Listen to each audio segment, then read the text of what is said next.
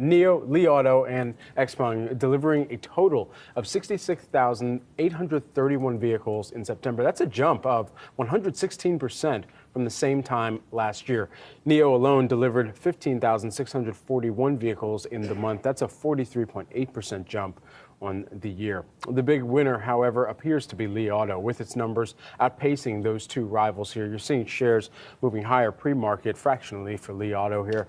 I think the important thing, too, is to remember, as we mentioned at the outset of this conversation, was the pricing wars that have really initiated in China to try and make sure that you get consumers into the vehicle ecosystem for a lot of these major auto manufacturers within the region, trying to make sure that if they can get them into that ecosystem, perhaps you can get them as part of that larger brand affinity base going forward as well. Yeah, certainly. That's going to be a huge focus here. We know that the price wars are really sparked by Tesla. We also just got those delivery numbers out as well. But the price wars having an impact when it comes to demand, helping demand in China as we talk about this transition to EVs. When you talk about Li Auto being one of the outperformers here of the most recent quarter, analysts expecting third quarter revenue to come in above about 245% up on a year-over-year basis to $4.6 billion on the heels of indications of strong demand here from these monthly sales data that we've been getting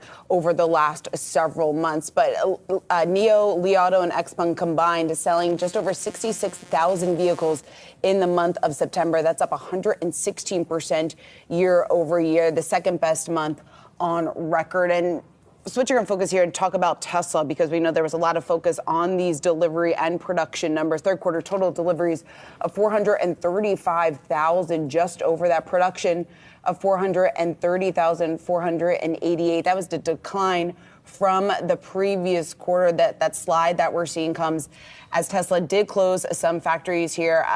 That, of course, having an impact on production and has slowed production. So certainly a mover to the downside, not a big surprise on the heels of these delivery and production numbers that we're getting from Tesla, off just about 2.5%. And yeah, that's so key. I mean, when you think about the 3 and the Y, which really make up the majority, almost all of those production and delivery figures, you strip out the S and X, which are really just about 13,000 of the production figures, 16,000 of the deliveries here. All that considered, it shows that people are continuing to gravitate towards the mass market offerings here. And on a regional basis, that's amazingly important because it's the entry point for a company like Tesla in so many of these international markets, China, but also Europe as well here. And so even as you're thinking about the success rate of the 3 and the Y going forward, it's a larger question of, okay, at what margin can investors expect Tesla to continue to be able to sell these vehicles, deliver these vehicles? And that's going to be the more important and critical, perhaps, figure that investors pay close attention to.